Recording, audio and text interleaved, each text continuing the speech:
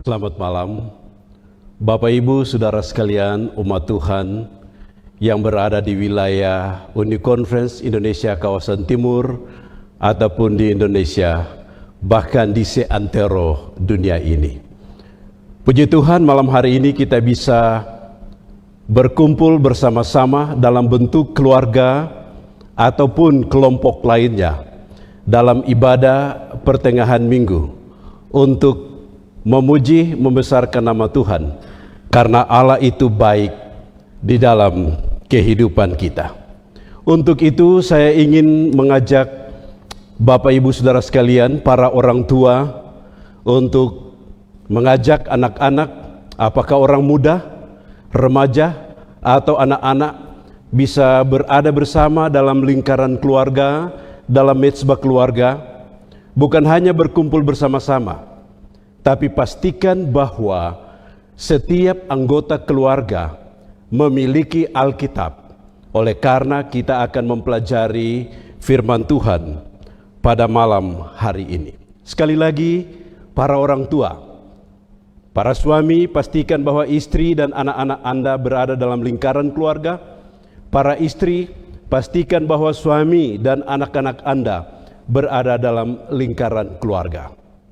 Sebelum kita mempelajari firman Tuhan, saya ajak kita sekalian untuk berdoa. Bapa di surga, kami bersedia untuk mempelajari firman Tuhan pada ibadah pertengahan minggu di malam hari ini. Kebutuhan terbesar kami, kiranya Tuhan hadir di tengah-tengah keluarga masing-masing kami. Sucikan hati dan kepikiran kami. Siapkan kami untuk mempelajari firman-Mu. Dalam nama Yesus hamba-Mu berdoa. Amin. Dalam menghadapi kepahitan hidup dalam kehidupan manusia, ada banyak orang bertanya-tanya, di manakah Tuhan dan siapakah Tuhan dalam kehidupannya?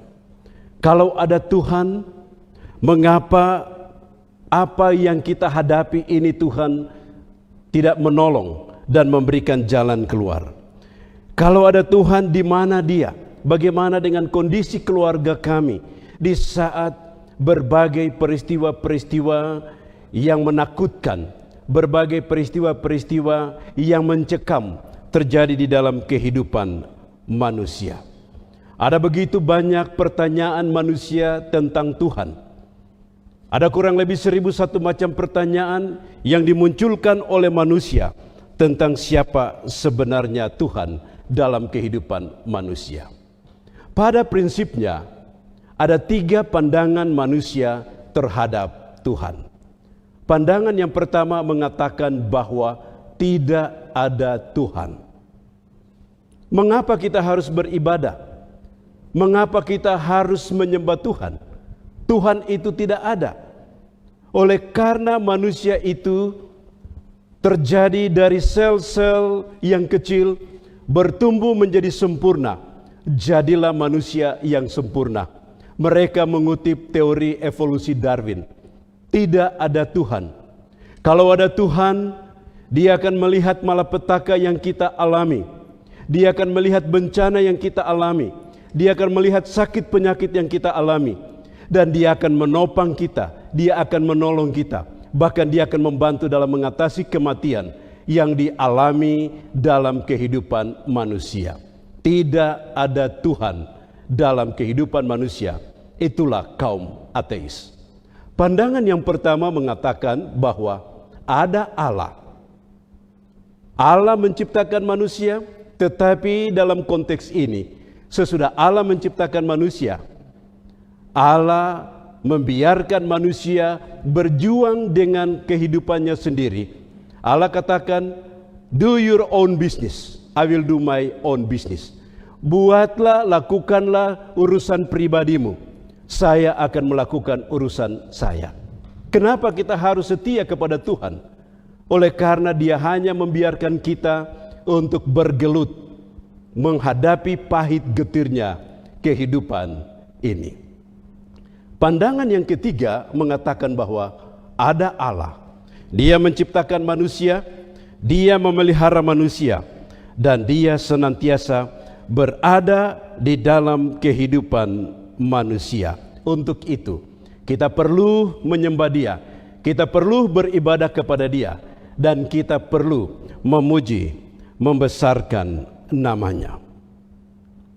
Pada malam hari ini saya ingin mengajak keluarga-keluarga, umat-umat Tuhan sekalian untuk melihat siapa sesungguhnya Tuhan dan apa yang Tuhan buat dalam kehidupan manusia yang dituliskan di dalam Mazmur 84 ayat yang pertama sampai ayat yang ke-12, yang saya bisa merubah judul perikopnya dengan rahasia hidup sukses.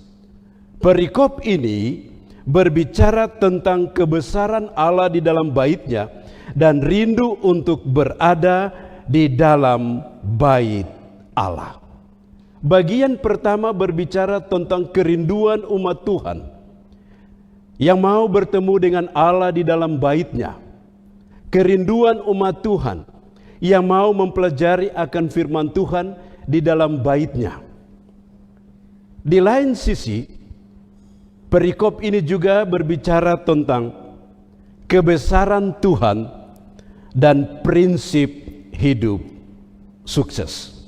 Bagian pertama berbicara tentang kerinduan untuk berada dalam ibadah, dalam perayaan kepada Tuhan dan merasakan kehadiran Tuhan.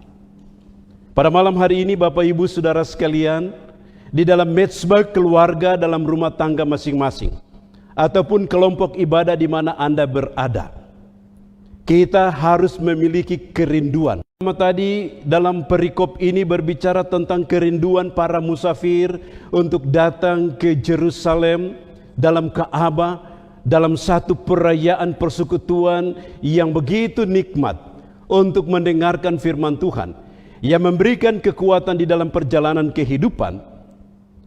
Saya yakin dan percaya peristiwa yang sama juga terjadi di dalam kehidupan setiap keluarga pada saat ini. Namun di bagian yang kedua berbicara tentang siapa sesungguhnya Tuhan dalam kehidupan manusia. Mazmur 84 sama dengan Mazmur 27, sama dengan Mazmur 43 dan Mazmur 42 yang berbicara tentang kebesaran Tuhan dan syarat-syarat untuk mendapatkan kebesaran Tuhan dalam kehidupan manusia. Saya ingin ajak Bapak Ibu Saudara sekalian untuk membuka Alkitab kita. Para orang tua, pastikan anak-anak Anda memiliki Alkitab dan pastikan bahwa mereka membuka Alkitab untuk mempelajarinya. Mari saya ajak kita semua buka dalam Mazmur 84 ayat 1 sampai ayat yang ke-12. Kita mulai dengan melihat kebesaran Tuhan di dalam kehidupan manusia. Pertama, dituliskan di sana bahwa Allah itu adalah Allah yang hidup. Allah yang hidup. Mengapa dikatakan Allah yang hidup? Allah yang hidup berbicara tentang kehidupan ini diberikan oleh Allah. Itulah sebabnya di dalam Kejadian pasal yang pertama, pasal yang kedua berbicara tentang penciptaan. Firman Tuhan mengatakan bahwa dari debu tanah Allah menciptakan manusia, kemudian Allah menghembuskan nafas hidup kepadanya, jadilah makhluk yang hidup. Bagian pertama dalam Mazmur 83 ini berbicara tentang predikat Allah yang hidup, Allah pemberi hidup, Allah pemelihara hidup itu. Yang kedua disebutkan Tuhan. Mengapa dia disebut Tuhan? Tuhan berbicara tentang penyembahan manusia kepada Allah. Dia patut disembah, dia patut dipuji, dia patut dibesarkan. Oleh karena dia adalah pemberi kehidupan dan dia adalah pencipta kehidupan dan dia adalah pemelihara kehidupan. Kemudian yang ketiga berbicara tentang Raja. Dia adalah Raja. Jadi Allah itu bukan hanya Allah yang hidup, bukan hanya Tuhan, tetapi Dia adalah Raja. Berbicara tentang kedatangan Dia sebagai Raja yang akan memberikan upah kepada manusia. Mereka yang percaya, yang setia kepadanya akan diselamatkan. Mereka yang tidak setia dan tidak percaya kepadanya akan dibinasakan. Ada dua kelompok pada waktu kedatangannya yang Dia tampakkan diri sebagai Raja. Di mana kelompok Anda?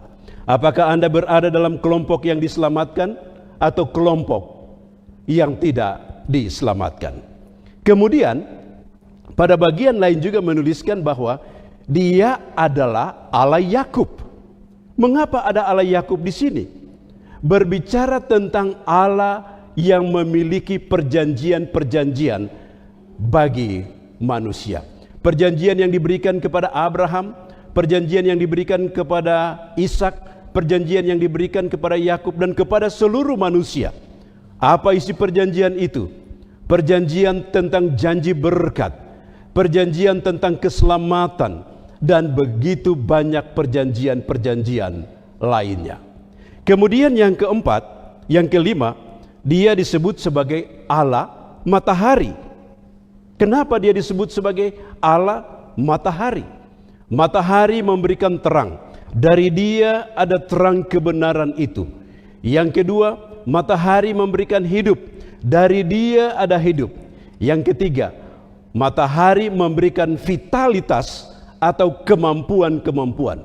Jadi Allah adalah sumber kemampuan yang memberikan kesanggupan-kesanggupan, kemampuan-kemampuan kepada manusia untuk menghadapi setiap tantangan kehidupannya. Kemudian yang keenam, Dia disebut sebagai Allah pelindung. Berbicara tentang peperangan, menghadapi tantangan-tantangan kehidupan. Di zaman bangsa Israel mereka berperang dengan bangsa-bangsa kafir. Dia yang maju dan berperang. Dia disebut sebagai Allah pelindung. Dan yang terakhir, Dia disebut sebagai Tuhan semesta alam.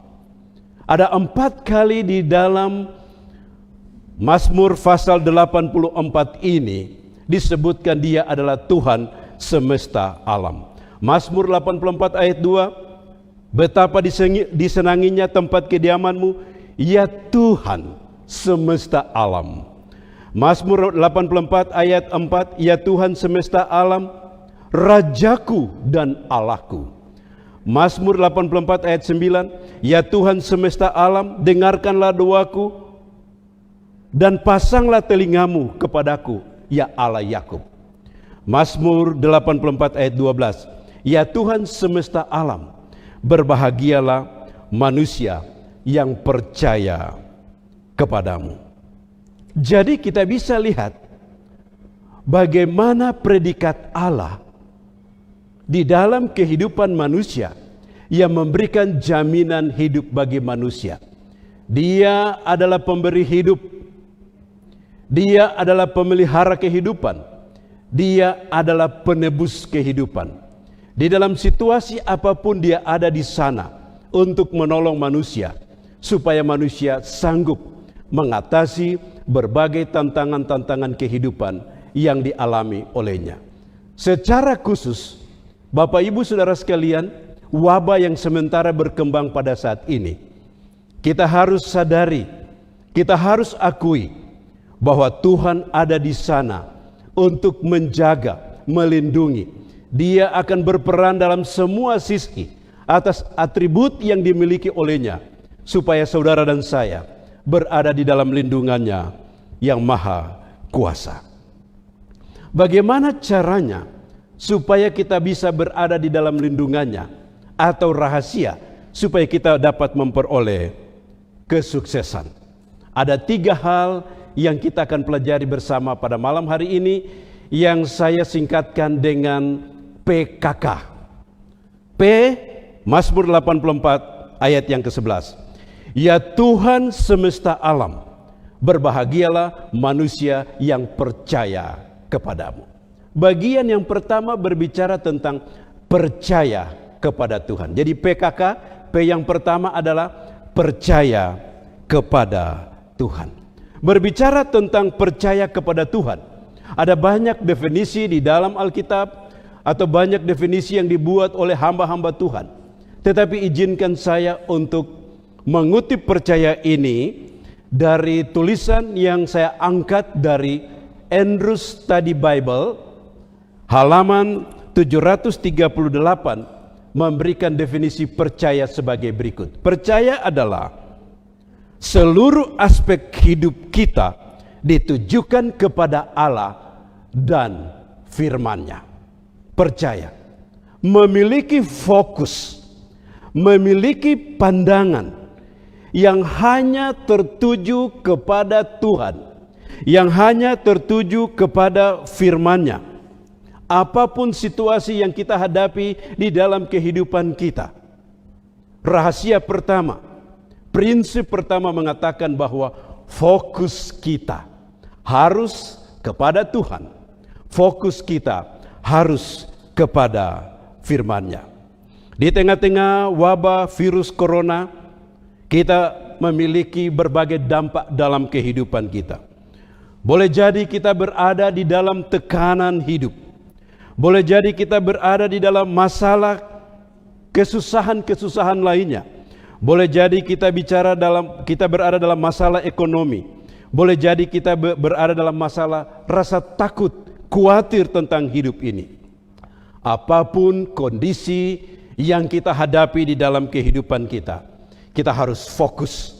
Kita harus percaya kepada Tuhan. Mengapa? Karena Rasul Paulus di dalam Roma 8 ayat 28 mengatakan, kita tahu sekarang bahwa Allah turut bekerja dalam segala sesuatu untuk mendatangkan kebaikan bagi mereka yang mengasihi Dia, yaitu bagi mereka yang terpanggil sesuai rencana Allah.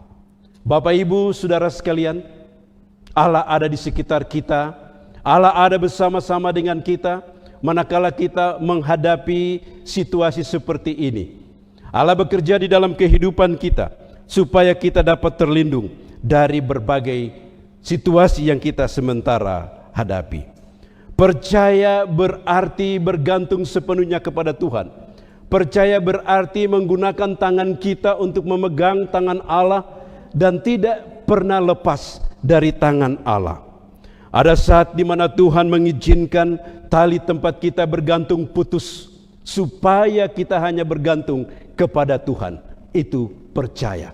Ada saat di mana Tuhan izinkan pekerjaan tempat kita berpijak hilang supaya kita hanya berpijak kepada Tuhan.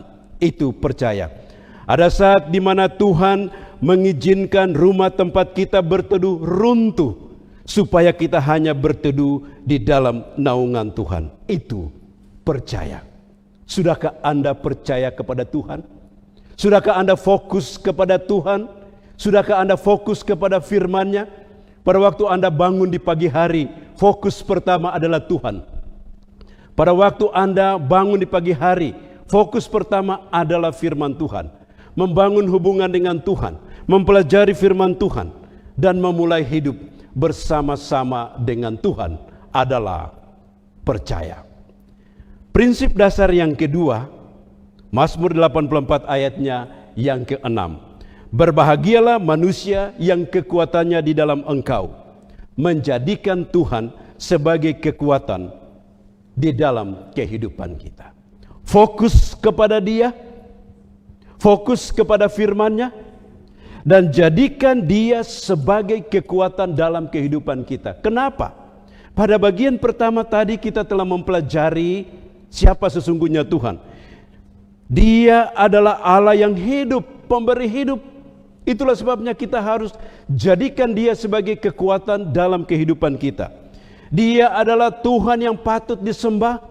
Itulah sebabnya kita harus menjadikan Dia sumber kekuatan dalam kehidupan kita. Dia adalah Raja yang akan datang dan memberikan upah. Itulah sebabnya kita harus menjadikan Dia kekuatan dalam kehidupan kita. Dia adalah Allah Yakub, pemberi janji-janji untuk melengkapi kehidupan manusia. Allah berjanji, aku beserta kamu, jangan takut. Dan ada banyak janji-janji Allah yang menyatakan kekuatan Allah di dalam kehidupan kita. Allah juga adalah matahari, Dia adalah terang, Dia adalah hidup. Dia memberikan kemampuan-kemampuan vitalitas kepada kita. Jadikan Dia sebagai kekuatan dalam kehidupan kita. Allah juga pelindung dalam seluruh aspek kehidupan kita. Jadikan Dia sebagai kekuatan dalam kehidupan kita. Allah adalah Tuhan semesta alam. Tuhan semesta alam. 4 kali diulangi dalam Mazmur 84 ini, berbicara tentang siapa sesungguhnya Tuhan. Kalau kita bicara Tuhan semesta alam, Dia telah simpulkan segala sesuatu tentang Allah dan jaminan Allah dalam kehidupan manusia. Untuk itu, jadikan Dia sumber kekuatan. Jadikan Dia kekuatan dalam kehidupan kita. Bila kita baca ayatnya yang ke-7, ayat yang ke-7 katakan, apabila melintasi lembah Baka, mereka membuatnya menjadi tempat yang bermata air. Bahkan hujan pada awal musim menyelubungi dekat berkat. Lembah Baka berbicara tentang menghadapi kematian. Apabila kita dihadapkan kepada duka cita, Allah adalah kekuatan, Dia berikan penghiburan, Dia berikan pengharapan di dalam kehidupan manusia. Allah adalah kekuatan, untuk itu jangan pernah tinggalkan Dia dalam seluruh aspek kehidupan kita. Dia sebagai sumber, Dia sebagai matahari yang harus kita datang kepada Dia setiap saat. Dalam ayatnya yang ke-12 mengatakan, sebab Tuhan adalah matahari dan perisai, sumber terang, sumber hidup, vitalitas, kemampuan dalam menghadapi berbagai macam tantangan. Pertanyaan yang ingin saya tanyakan bagi Bapak Ibu Saudara sekalian, yang harus dipastikan kepada setiap anggota keluarga adalah, sudahkah anggota keluargamu percaya kepada Tuhan? Kalau anggota keluarga katakan sudah, pertanyaan yang kedua adalah, sudahkah anggota keluargamu menjadikan Tuhan kekuatan di dalam menghadapi pahit getirnya kehidupan ini? Kita harus menjadikan Dia sebagai kekuatan. Kita berada pada situasi yang begitu mengkhawatirkan kehidupan kita. Jadikan Tuhan sebagai kekuatan dalam kehidupan kita. Hamba Tuhan Ellen G. White dalam bukunya Alfa dan Omega jilid 4 halaman 121 122, di sana dituliskan sebagai berikut. Tuhan akan menyatakan dirinya kepada umat-umatnya pada waktu mereka dihadapkan kepada masalah yang tidak ada jalan keluar. Selanjutnya Dia juga katakan bahwa apabila umat-umat Allah digiring ke tempat di mana tidak ada jalan keluar sama sekali, maka Tuhan sendirilah yang akan menjadi penolong mereka. Tuhan sendirilah yang akan bertindak bagi mereka. Tuhan tidak menyuruh malaikat, Tuhan tidak menyuruh manusia, tetapi Tuhan sendiri yang akan bertindak bagi manusia.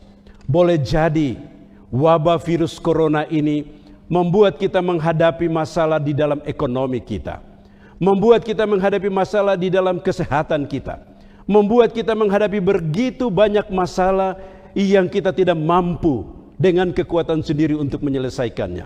Tapi ingat, Tuhan adalah kekuatan kita, sebagaimana yang dituliskan oleh Rasul Paulus dalam Filipi pasal 4 yang ayatnya yang ke-13. Segala perkara dapat kutanggung di dalam Dia yang memberikan kekuatan kepadaku. Saya ingin kutip dari bahasa Inggris, lebih jelas di sana. I can do all things through Christ who strengthened me. Segala perkara dapat kulakukan di dalam Kristus yang adalah sumber kekuatan. Kristus yang adalah pemberi kekuatan, yang akan memberikan kekuatan kepadaku. Apapun situasi yang kita hadapi, Bapak Ibu Saudara sekalian, anak-anak, para remaja, orang muda, orang tua, mari percaya kepada Tuhan. Jadikan Dia sebagai kekuatan di dalam kehidupan kita. Suatu ketika ada seorang yang mengeluh kepada Tuhan, jalan di tepi pantai. Dalam keluhan itu dia katakan, Tuhan, pada waktu saya menghadapi masalah sementara saya berjalan, Saya lihat hanya ada satu tapak kaki, itu tapak kaki saya. Di mana Engkau Tuhan? Saya memiliki beban yang besar Tuhan. Di mana Engkau? Di dalam kisah itu dikatakan kemudian Tuhan katakan kepadanya, anakku, engkau melihat satu tapak kaki. Engkau melihat tapak kaki dari hanya satu orang. Itu adalah tapak kakiku. Karena aku menggendong engkau. Aku mengangkat engkau di dalam menghadapi masalah dalam perjalanan kehidupanmu. Tuhan adalah kekuatan kita. Jangan pernah tinggalkan Dia, jangan pernah lupakan Dia, tapi percaya kepada Dia, fokus kepada Dia, fokus kepada firman-Nya, dan jadikan Dia sebagai kekuatan dalam menghadapi hidup ini. Prinsip dasar yang terakhir atau prinsip dasar yang ketiga, rahasia hidup bahagia adalah ayatnya yang kelima. Berbahagialah manusia yang diam di dalam rumahmu, yang terus-menerus memuji engkau. Jadi P yang pertama, PKK, P yang pertama adalah percaya. Kemudian K adalah kekuatan, jadikan Tuhan sebagai kekuatan. Dan K yang terakhir adalah komitmen. Berbahagialah manusia yang diam di rumahmu. Komitmen untuk hidup bersama-sama dengan Tuhan. Kalau kita telah melihat betapa hebatnya Tuhan di dalam kehidupan kita, betapa hebatnya janji-janjinya di dalam kehidupan kita, maka Tuhan hanya memintakan kita untuk percaya kepada Dia, fokus kepada Dia, dan fokus kepada firman-Nya. Tuhan memintakan kita untuk menjadikan Dia sebagai kekuatan di dalam kehidupan kita. Dan terakhir, Tuhan memintakan kita untuk membuat komitmen, diam di dalam rumah Tuhan, tekad untuk setia kepada Tuhan. Saat ini kita sementara dikatakan lockdown, diam di dalam rumah. Mari kita diam di dalam rumah Tuhan. Keluarga kita, rumah kita, di mana kita senantiasa beribadah dalam mezbah keluarga, boleh jadi itu adalah rumah Tuhan. Oleh karena kita selalu memanggil nama Tuhan, memuji Tuhan, dan memintakan kebersamaan Tuhan di dalam kehidupan kita. Diam di dalam rumah Tuhan, setia kepada Tuhan apapun situasi yang terjadi.